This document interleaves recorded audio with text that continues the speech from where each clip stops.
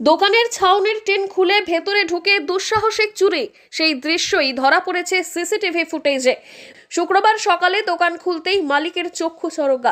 দোকানের ভেতরে জিনিসপত্র লণ্ডভণ্ড অবস্থায় রয়েছে। ক্যাশ বাক্স খোলা, পাশাপাশি ওপরের ছাউনির টিনও খোলা।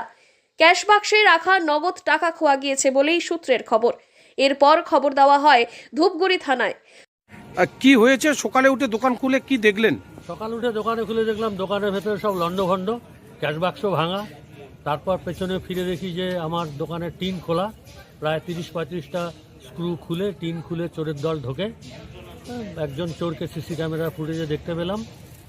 অনুমানিক রাত কটা আপনি সিসিটিভি দেখলেন? ক্যামেরার টাইমে দেখা যাচ্ছে 12টা 10-এ চোর আমার দোকানের ভেতরে ঢুকে ঘোরাফেরা করছে। ক্যাশ বাক্স খবর পেয়ে তড়িঘড়ি ঘটনাস্থলে পৌঁছয় ধূপগুড়ি থানার বিশাল পুলিশ বাহিনী। দোকানের সিসিটিভি ফুটেজ খতিয়ে দেখে তারা। সিসিটিভিতে স্পষ্ট দেখা যাচ্ছে একজন যুবক মুখ ঢেকে দোকানে ঢুকে রীতিমতো লুটপাট চালাচ্ছে। দোকান মালিকের দাবি, ক্যাশ বাক্স থেকে প্রায় 15 থেকে 20 হাজার টাকা চুরি হয়েছে। পুলিশ ইতিমধ্যেই সিসিটিভি ফুটেজ বাজেয়াপ্ত করেছে। ঘটনার তদন্ত শুরু হয়ে গিয়েছে ইতিমধ্যেই।